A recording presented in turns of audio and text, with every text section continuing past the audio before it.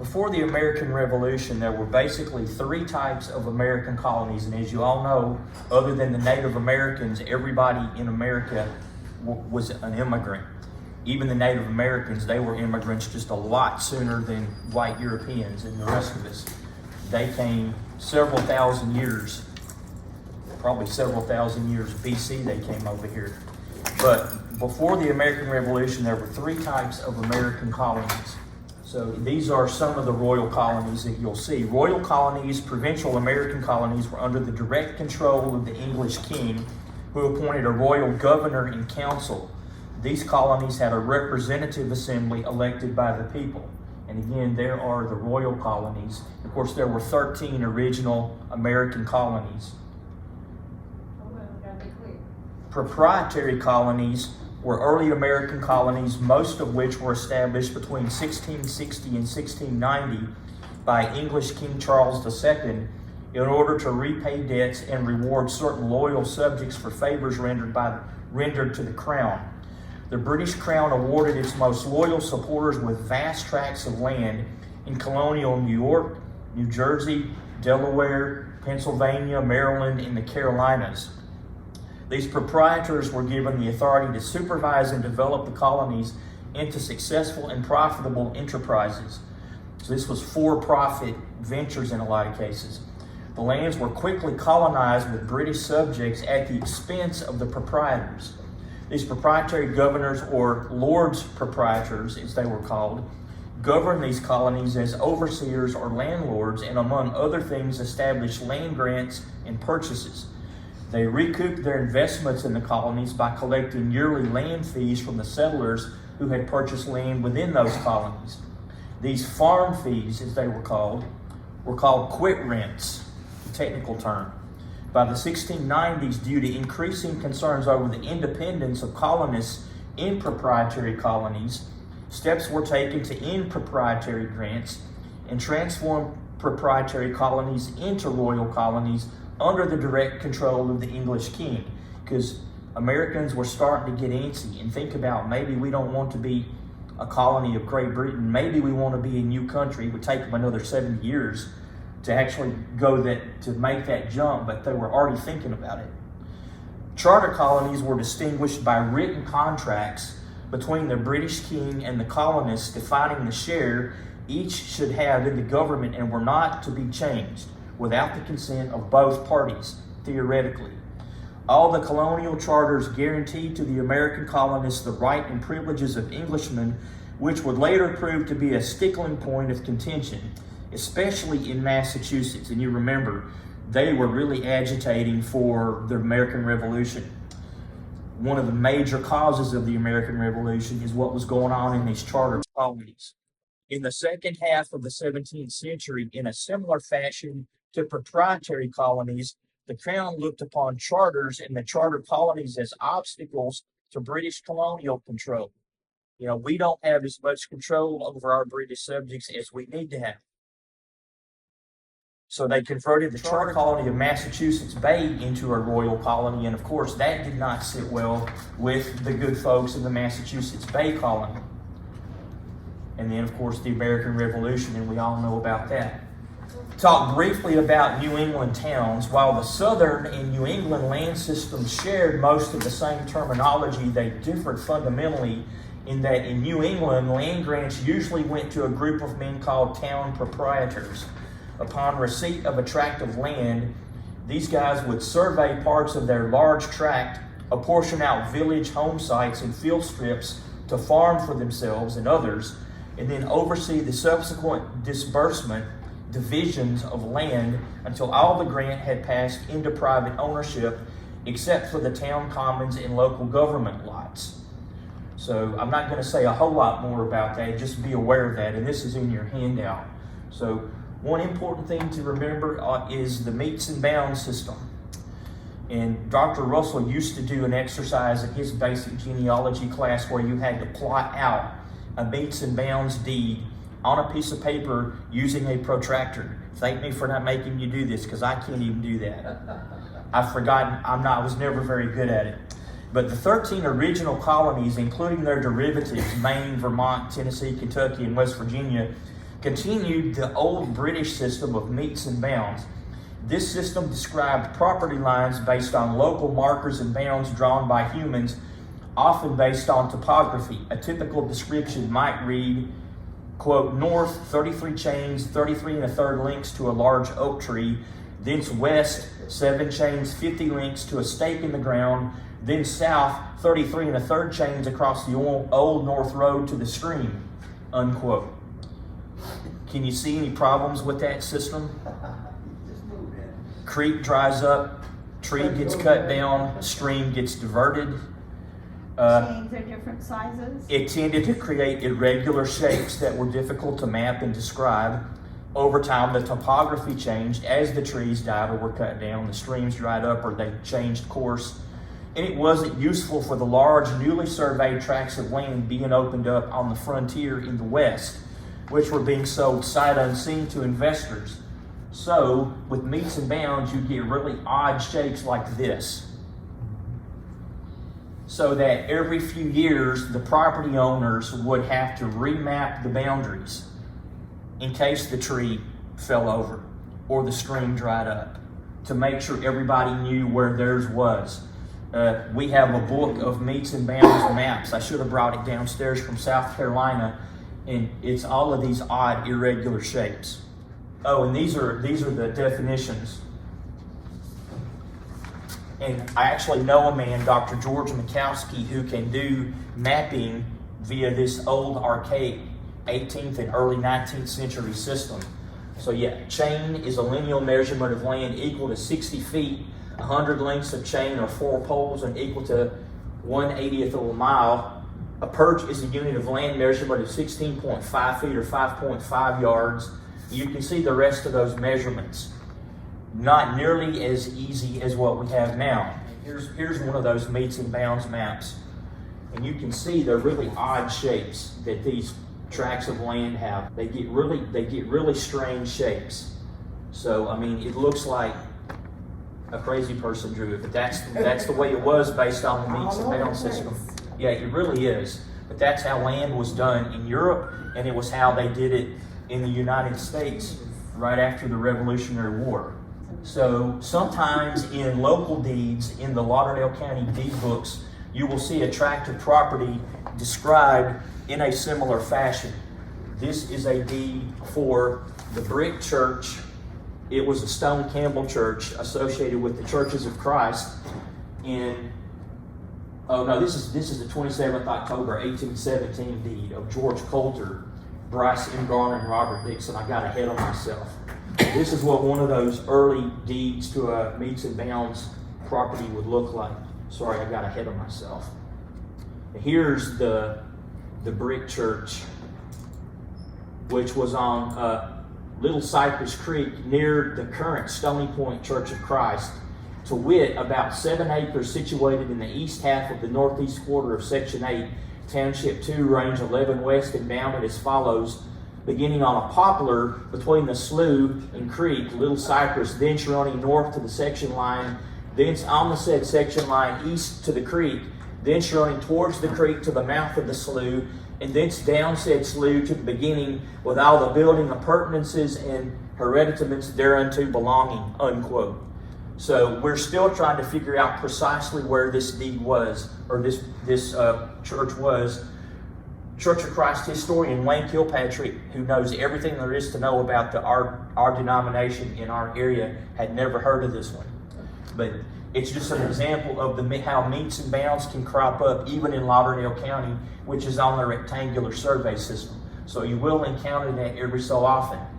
And be grateful for President Thomas Jefferson and the rectangular survey system, also called the public land survey system, which is the surveying method used historically over the largest fraction of the United States to survey and spatially identify land parcels before designation of eventual ownership, particularly for rural, wild, or undeveloped land.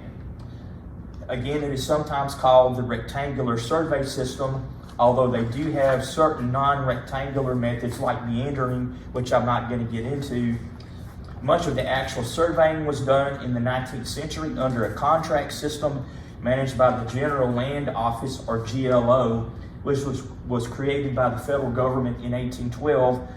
The system was originally created and proposed by Thomas Jefferson shortly after the American Revolution with the Land Ordinance of 1785.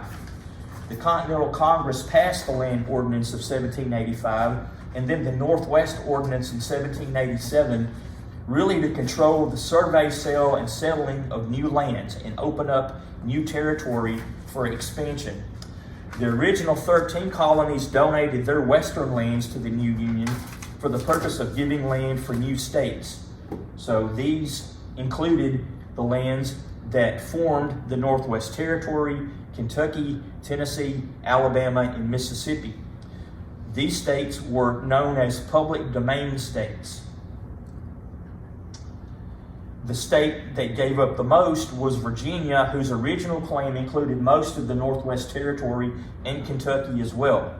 Some of the western land was claimed by more than one state, especially in the Northwest, where parts were claimed by Virginia, Pennsylvania, and Connecticut, all three of which had claimed lands all the way to the Pacific Ocean. Yeah, we claim it. Who's going to stop us? So the rectangular survey system is very easy, and we'll get into the actual mechanics here in a second. But after the land was surveyed and could then be legally described, a local land office was established, and in North Alabama, that was Huntsville. In South Alabama, I think it was Cahaba. An auction was held, and land became available to claimants, entrymen, who before 1820 paid a credit installment or a down payment on a cash purchase. However, applicants could also obtain land through a variety of congressional acts, which allowed for preemption or the opportunity of squatters to purchase land they had already occupied and improved, donation, various acts granting certain land to qualifying settlers in states like Arkansas, Florida, Oregon, and Washington, homesteading, which allowed settlers to gain title to 160 acres by occupying and improving it, bounty land warrants, which we'll talk a little bit about in a minute, or scrip, awarded to military veterans, etc. Each land office was administered jointly by two officials, a registrar who recorded entries and kept track of which tracts were claimed or still open, and a receiver who handled the money. These officials kept daily journals and accounts ledgers. The local land office also kept a separate file for each entry and two indexes by area. Number one, the tract book, which was a written description of each entry, and two, a township plot or plat, which was a map of entries for each township showing patented tracts. The probate office at the Lauderdale County Courthouse has both the Lauderdale County tract book and the plat book. So if you're looking for someone that had land from one of these government transactions, it's probably in one of those plat books, because I got it from my third great grandmother. Now, from the initial point known as the prime meridian, ranges are numbered from east to west. So in Alabama, Huntsville over here would be the prime meridian. So everything east is east, range east. Everything west is range west. In Lauderdale County, 7, 8, 9, 10, 11, 12, 13, 14, 15, 16, all the way to 16 in the very northwest corner. So they go from 7 all the way to 16 west. In Limestone County, in east of us, it would be east. Same numbers, only east. And the townships are numbered from north to south. And in Lauderdale County, they are townships 1, 2, and 3. Starting from the north, 1, 2, and 3. So township 1 south, range 10 west. I think that's 10 west. I can't really see it. Anyway. 9. Okay, 9. So again, Huntsville and Madison County is the prime meridian. The land located at an intersection of a township and range is referred to as a township. A township was comprised or is comprised of 36 sections, each containing 640 acres and measures 6 miles on each side. Each section can further be broken down. Well, first of all, here's how the the townships are laid out. And you see how those are broken down. It's just squares and rectangles. So this is how a section is divided. And it's just squares, 36. And it's just rectangles and squares. So it's even a math challenged person like me can do this. So you basically have your 4 quarters, the northwest quarter, northeast quarter, southeast quarter, and southwest quarter. And you can break those 4 quarters or quadrants down further into halves, into further quarters. I mean, you see it's just rectangles. This really is easy, even for math challenged people like myself. It's way more easier to do than this, right? Yeah. You got what's on the left to what's on the right. You got trapezoids and rhombuses and triangles, or you got rectangles. Yeah, there's overlaps on Yeah, the and side of the first there one. may be some overlap. And you have to, you sort of do with the rectangular survey system. You know, there may be property disputes, but there really were with the meets and bounds system. For various reasons, the topography could change. So I don't remember exactly where my property stops and his ends, because we got to go resurvey it again. So I'll take the rectangular survey system. Shifted, so does my land go with the river? Yeah, and then that would be a real question, and you could, you might even fight over that. Hey Lee, Ma'am. if you're mapping state land, state, you've got to have a protractor almost to get it right. Yeah, and that used to be one of Dr. Russell's exercises with the protractor. You'd have to plot out a meets and bounds deed in one of those original colonies, which I'm not going to make anyone do because I was not very good at it either. Now I'm going to briefly talk about, well, let me go back for a minute. As an example, Cloverdale in Lauderdale County would be described as being located in Township 1 South, Range 12 West. So we find 1 South, we go to Range 12 West. So Cloverdale, and I grew up like 3 or 4 miles from Cloverdale, would be right about there. Township 1 South, Range 12 West. So now I want to briefly talk about bounty land warrants. Bounty land warrants were applicable from 1788 to 1855. And they relate to claims based on wartime service between 1775 and March 3rd, 1855. Rather than pension money, the federal government paid these veterans with land. If an ancestor served in the Revolutionary War, War of 1812, early Indian Wars, or the Mexican War, a search of these records may be worthwhile. Bounty land records often contain documents similar to those in pension files, which we'll talk about in more detail when we get to military records at the end of the day, with lots of genealogical information. Many of the bounty land application files relating to Revolutionary War and War of 1812 service have been combined with the pension files. To receive a bounty land warrant, a veteran had to make an application and meet certain criteria. He or his widow, in some cases, basically had to furnish proof that he served honorably in the United States military. And you could order bounty land application files from the Bureau of Land Management, or in a lot of cases, Ancestry is putting more and more of these kinds of records online. But this is, bounty land is given payment. This is where my third great-grandmother, Mary Freeman, applied for bounty land. I think probably based on her late husband, Isom Freeman's War of 1812 service. But for whatever reason, the claim was stopped, which I think means that she couldn't furnish the requisite proof that the court needed to prove that she was in fact the widow of a veteran. So her claim didn't go any further. Now, the different military acts that go along with bounty land are the acts of 1811 and 12, which gave 160 acres to privates and non-commissioned officers who had served for 5 years. The Act of 1814 gave 360 acres to privates and non-com officers who had served 5 years. The Act of 1847 gave 40 acres or 160 acres to soldiers who'd served at least 1 year in the Mexican War. The Act of 1850 extended the 1847 Act to include all War of 1812 veterans and the early Indian War veterans. And then the Act of 1852 included all officers and enlisted men, gave 40, 60, or 100, 40, 80, or 120 acres, and made all benefits assignable, which means you could relinquish your claim and then it would be transferred to somebody else. Then the Act of 1855 included every soldier or his heirs who had served at least 14 days honorable service in any war since and including the Revolutionary War.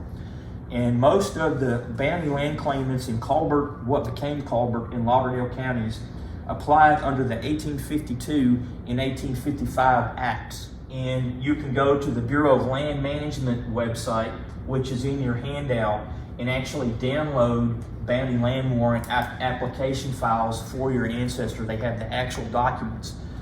Ancestry has put more and more of these kinds of records online, but you get a little bit more information with the Bureau of Land Management. And if we had a little bit more time, I'd actually log on to the website and show you, but I'm not going to do that.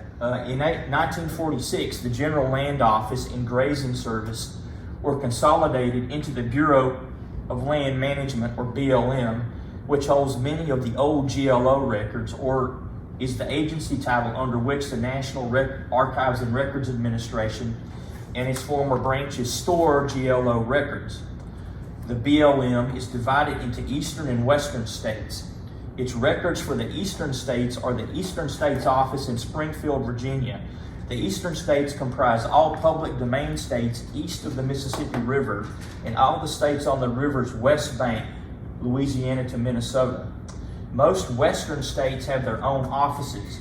The local land offices and GLO headquarters usually made copies of tract books. But another type of record is a patent. These are the first records in a chain of title to a piece of property as they transfer ownership from the U.S. government to a private party. And these are not deeds. Deeds are private documents between me and Carol. If I sell Carol a piece of property and we file a deed, that's between two civilians. Patents are from the federal government to a purchaser. And they transfer ownership from the government to that private party. The original or duplicate patents for the whole public domain are located in the Eastern States Office of the BLM. These documents consist mainly of cash entries, homestead, and bounty land warrants. Each patent has a primary identification number in the upper left-hand corner, the name of the patentee, the land office that handled the transaction, a full legal description of the property, and a signature and date reflecting the President of the United States at the time of purchase. So every now and then people will inherit some of these that will actually have the President's name on it. It will have a legal description. It will have the person it was awarded to. So Ancestry is putting a lot of these online, and that may be where this one came from. Yeah, this is the military warrant for Darius Butler, a private in Captain Hogg's 1st Regiment North Carolina Militia from the War of 1812. So the legal description is Northwest Quarter and Northeast Quarter of the Northwest Quarter of Section 3, Township 2 South, Range 11 West. So that is telling you in this slide where that was. It doesn't show up in the Boyd or the Coward books, which I have some of their books up here, where those government land sales and bounty land transactions have been recorded. A lady named Margaret Coward in the late 70s, early 80s, did Lauderdale, Colbert, Franklin, the surrounding counties. Arpax Publishing is doing one published by Greg Boyd. They've got several Alabama counties. Same information basically, but this has way better maps, so if anybody wants to look at these. They have really good maps, especially in the Boyd book. But I couldn't find Darius Butler in either the Boyd or the Coward books, but the slide shows where his property would have been located. So it's right there. And for some reason, both of those books skipped him, which is kind of odd that they both skipped him, but that does happen. People are only human and they do sometimes make mistakes. Could they sell those warrants to somebody else? They could. And in the Coward book, it has detailed information about, and you'll see it sometimes in the entries, you'll see the original patentee, and then you'll see people that had it after that person, or it'll say relinquished. They basically forfeited it and the government assigned it to somebody else, and that might have happened 3 or 4 times in some cases. Why were they related? Just because they couldn't pay the taxes or They something? decided they didn't want it. There was a lot of land speculation going on. People would get these land warrants and then sell them. So there was a brisk business in buying and selling Okay. this government land back in the day. But yeah, this is a close-up of Mary Freeman's, where it says that her claim for bounty land, the claim was stopped for some reason. And I think because she couldn't furnish the information, because you had to prove that you were a veteran or the widow of a veteran who had honorable service, and she couldn't do that. She did, however, buy roughly 40 acres, 39 acres and some change from the federal government in the northwest quarter of the southeast quarter of Section 27, Township 2 South, Range 11 West, 39.52 1/3 acres in the Hines area of North Lauderdale County. Anybody knows where Wilson School is in Old Parsonage Chapel? It was just north and a little bit west of Wilson School before you get to Parsonage Chapel. So I think I plotted, and there's the entry from the Lauderdale County tract book at the courthouse showing her entry. So, and I got her file off the Bureau of Land Management website, where it notes that she made the payments on it. I think it was 1854 to like 1857, and then it finally became hers. And so she's got the paperwork that says it was hers. This is the plat book from the courthouse showing where that property would be. It's got her name written in. I can't tell how much you paid. Yeah, it doesn't say in the plat book, but it will probably, I think, say, actually, I'm not sure if it says in the tract book. I don't think it says how much they paid in the tract book, but it will in the paperwork from the Bureau of Land Management. I think it'll tell you how much they actually paid for. I just didn't record that, and I can't remember how much it was right now. This is where, using the Boyd book, this is where her property was located. So this is where it is if you were having a map of Lauderdale County. So you can see this Boyd map books are great because they've same information as the Cowart books, it's just the maps are a lot more detailed. And you can see again, does everybody understand the rectangular survey system, the squares and rectangles? Very simple. So here's Margaret Matthews Cowart's book for Lauderdale County, which you can use to look up these government land transactions in bounty land warrants, and it will tell you if it's under a military act, which military act the land was awarded under, or if they bought it outright in one of the land sales, it'll note that. The Boyd Family Maps book, which they're doing, I don't know where they're up to now. They've got a website, which is in your handout. They intended to do every county of every state in the union. Whether they'll actually, or all the public land states anyway, whether they are up to that now, I don't know.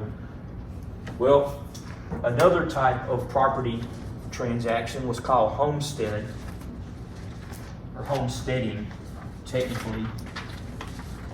So, under the Homestead Act of 1862, which became effective January 1st, 1873, it was provided for the taking up of 1/4 section or less of unappropriated public lands by anyone meeting the following criteria. Had to be a head of a family, at least 21 years of age, had to be a U.S. citizen, and number 3, very important, had to have never taken up arms against the U.S. government. So no former Confederates need apply. I'm sure some of them probably did, but they weren't supposed to be awarded any land since we were considered rebels against the federal government. They're not giving any former Confederates free land. The land had to be for the purpose of actual settlement or cultivation. You're not supposed to apply for a homestead tract and then sell it, but that did happen. Could enter the land upon payment of $10. I'm ready to go. Let me have it. No land or lands acquired under the provisions of the Act could in any event become liable for the payment of any debt or debts contracted prior to the issuance of the patent. You can't sell the land to pay off your previous debts. I'm sure that did happen in some cases, but it was not supposed to. So this is a newspaper advertisement that my second great grandfather, David R. Campbell, who died in 1914, from January 31st, 1893, he published his intent to file a claim under the 1862 Homestead Act. So this is the documentation for his property, and this is great-great-grandpa Dave and his property. That's the document showing his property. And you can see in this, it has witnesses on his behalf that they interview that can vouch for him being truthful and honest, not a former Confederate, not going to sell the land or any of that kind of stuff. They can basically vouch for him. Now we get to actual deeds. Deeds are going to form the vast majority of American land records. A deed is a legal document of transfer, bargain, or contract, or more narrowly, a warranty deed by which the seller warrants or guarantees the title to the land being sold. As Kitty reminded us, you do not have to file a deed in the courthouse. It makes it much easier if there is a deed that you can go to if there is a land dispute, but you do not have to file a deed. In that 40 acres or so that my great-great-great-grandmother Mary got in 1857, we don't know what happened to it after she died. She died in 1874. Apparently that land just sat there until 1880 when a man named S.O. Johnson claimed it by right of adverse possession, meaning he just took it and nobody challenged him over it. And I'm like, where was my second great-grandfather, Wiley Freeman, Mary's son, to say, hey, wait a minute, this is my mom's 39 acres, you don't own that. But nobody challenged him over it. So he just outright stole it. Well, legally, nobody challenged him over it, so he didn't steal it. It was Wiley's job to go to court and say, hey, this is my 40 acres. But Wiley none of Mary's kids did that. Well, William was dead by that point. It's basically his wife. So I don't know what happened. He just he forfeited 39, and some change acres that me and my dad never even knew about till we were doing the family genealogy. So if there could have been a deed for this property, well, he could have brought the paperwork, if they still had it, that Mary got from the government and said, hey, I've got the certificate signed by the president. But he never did that. So you don't, that's basically, S.O. Johnson could claim it, and if nobody challenges him over it, then it's his. And so if there had been a deed, of course it wasn't a private transaction, but anyway. What's the statute of limitations on that? That I'm not sure, but I don't think we're going to get that property back at this point. They picked that up on title search with him. Well, we had my dad run it back, or my dad ran it back. My cousin Gene, his wife Martha, used to work at the abstract office down on North Court Street, 111. And she could trace it back to where Mary had it in like 1857, but that's when the record stops. Up until 1880 when S.O. Johnson claims it under right of adverse possession. So all that to say, deeds can be very important. If you file one, if you have a problem arising later, you've got a legal document you can point to that says this is my 40 acres. Well, Lee, were their taxes paid during that time? I don't know, since there aren't very many tax records for Lauderdale County. There's an 1866, and then there's a few new. She was paying taxes on it in 1866. She's in the tax notices. So I don't know if they actually paid it off or not, but it never says it was foreclosed on that I can find. Wow. So anyway, that's a mystery that has crept up that I would just really like to know why that property just sat there. Deeds are fairly uniform in content and can normally be found in the county in which the deed was filed.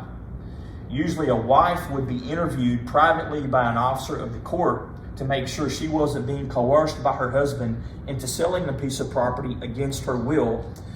Of course, as I said again, a deed is not legally required, but it makes things a whole lot easier.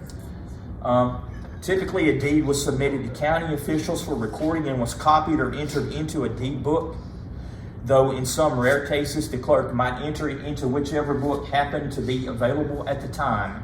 So Gerald Clemens, one of my regulars upstairs, has found several instances where a deed would be made, say, in 1872. Then they would file it in 1873 the next year, because you don't have to file it the same day you put the deed, make the deed. And then, so they'll file a deed, say in 1873, they might record it in a marriage book because they had the marriage volume open.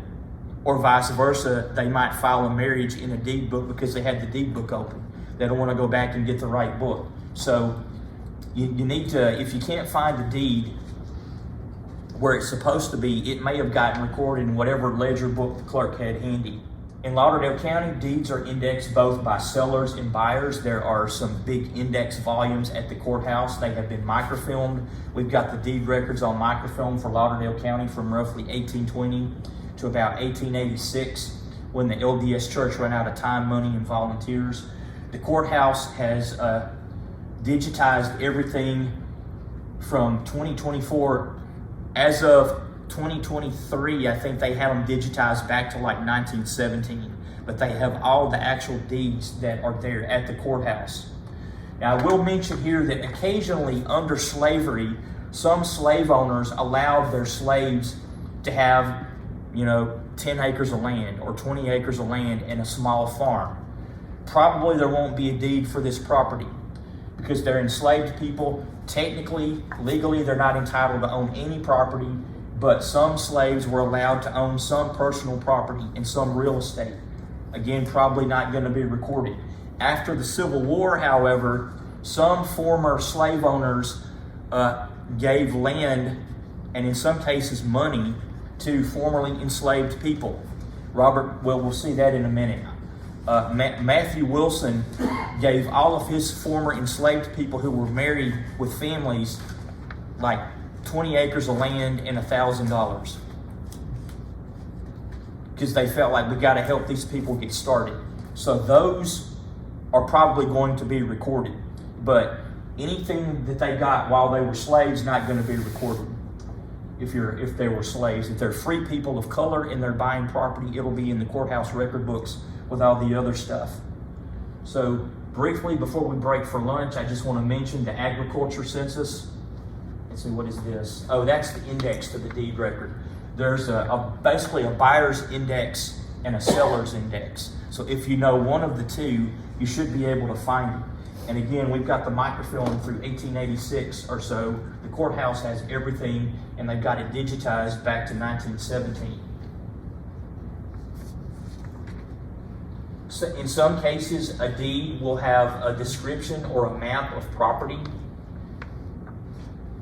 This is where Robert Miller Patton sold the lands of the old Wright & Rice Foundry and Machine Shop to the elder T.B. Larimore of Mars Hill Academy. And it actually includes a map showing where the property was located. So this would be what, 1878, 1876. So that's very handy when they've actually included a map with it. Well, they've actually had it surveyed and they put the map in there. They don't always do that. Usually all it'll have is the legal description, but in this case, there's a map. So this is a deed in which in February of 18th February 1871, former governor of Alabama, Robert Miller Patton of Lauderdale County, gave his former enslaved house servant, Edmund Patton, 25 acres of land and a small 2-story frame house for $1 in return for his lifetime of service. Edmund died in 1894. So the governor, now folklore is that the governor gave several of his former enslaved people property, but I've only been able to document Edmund's. But Edmund also has a small map that they drew showing us exactly where it is. And if anybody knows where the corner of Broadway and what's the name of it? It's before you get to the Wheaton School. If you know where the Wheaton School is, it's like a block south of the Wheaton School. Yeah, it's near there. Yeah. It's on the corner of Broadway and Houston, maybe. Yeah, there's a convenience store there now, but that was where Edmund's house was located. So that has a deed. This is a deed from my second great grandpa, Wiley Freeman to W.T. Rich, from February of 1901, where Wiley was selling lot number 16 in block 600 of Florence to Rich. And we're almost done because I know it's time to break for lunch. So you can also find mortgages in the deed books. So this is a mortgage And I've defined all of these terms in pretty much I mean, I even got some medieval land terms in the handouts. So this is also in the deed book. And so this is a deed, what does that say? It's a mortgage, Foreclosure notice. yeah, mortgage foreclosure notice. They publish these in the newspaper of record in the county, which in this case happened to be the Florence Herald because it was older than the Florence Times. So this actually tells me who owned the property for the Armstead African American Cemetery, which, if you guys know, is near Oakland in West Lauderdale County, not far from the Forks of Cypress. So I've got circled, you know, the two names that go with this. So if you check newspapers routinely publish delinquent taxpayers notices, which are handy because we've only got 1 or 2 actual courthouse tax sale ledgers. So the newspapers will often record delinquent taxpayers notices. They'll record mortgage foreclosures. They'll record all sorts of stuff that it would be, if you're looking for land and you can't find records in other places, then you can get the tract book, or the Lauderdale County Land Atlas and Plat book from 2004 is the latest one we've got, where it plats the current property owners as of 2004 and where their property is. This can be good to compare with some of those older maps. And I should have brought that downstairs and I didn't. Well, you can also go to Lauderdale County and basically look at the tax maps online. And so this is what the property for the Armstead Cemetery would look like. And you can also get the actual aerial photo views of it. So you'll notice, just as an aside, the cemetery is set out as its own entity. The landowner owns all the land around it, but not the cemetery. The cemeteries in Alabama are protected by state law, so nobody can own a cemetery. But if you have property or had ancestors that had property, you can look up who owns it now on the Lauderdale County tax maps, and they go back for several years telling you who's paid the taxes on it. Can you access those online? Or You can access those online, and I should have the address in your handout. There's the aerial photo for the Armstead Cemetery property right there. And then I mentioned tax lists already, which most of those are going to have to hunt for in old newspapers. But this is one from 1874, and lots of newspapers in lots of places did this, not just the Lauderdale County ones. So this is one of the tax lists that we've got. One of the 2 or 3 that we've got. Oh, they had a little stamp that said paid? Yeah, by that point, Okay. that's how they kept up with it. So that's one of the ones we've got upstairs. And this is white, black, anybody that's a free person, that's a property owner. Of course, the slaves were freed during the Civil War. So newspaper tax sale notices that I mentioned from 1860 and 1875. Any free people that owned property that was in danger of being foreclosed on would show up. So this is a good gap if you can't find actual tax lists at the courthouse. Those would be preferable, but this would be what? Tertiary evidence. So if I couldn't come up with $12, secondary evidence. Foreclosed on. Yeah, if you can't pay your taxes, they'll sell it to the highest bidder in front of the courthouse. So that's how much I would owe. Yeah, which was a lot of money back then. Probably it's pocket There's change some now. one of there is 25 cents. Yeah. You can't pay 25 cents, you're gonna lose your car. I wish we could go back to those prices. And then there are newspaper administrator sales and just advertisements that land is for sale. Which, if you find one of these, it might be good to look for a deed, or if you find a deed, look for one of these. These can be good if you're researching a burned county where the courthouse records got destroyed, like Franklin County. They had a courthouse fire in 1890. Everything pre-1890 got destroyed. If you can find some of these newspaper advertisements that might help you discern that there was a property transaction that took place. So this, I think, is one of the agricultural census schedules, which they took with the federal census between 1850 and 1880. Anybody that had a farm valued at $100 or more got enumerated in the agricultural census, and they tell you how many acres improved, how many acres unimproved, how many swine, how many milk cows, how many bales of hay. So Mary was pretty poor. So Do y'all have those online here? those are online through Ancestry. We have the microfilm, but the agricultural censuses are online through Ancestry and probably Family Search. So don't skip these. These can give you some information you won't get anywhere else about an ancestor's farm if they had one that was valued at $100 or more between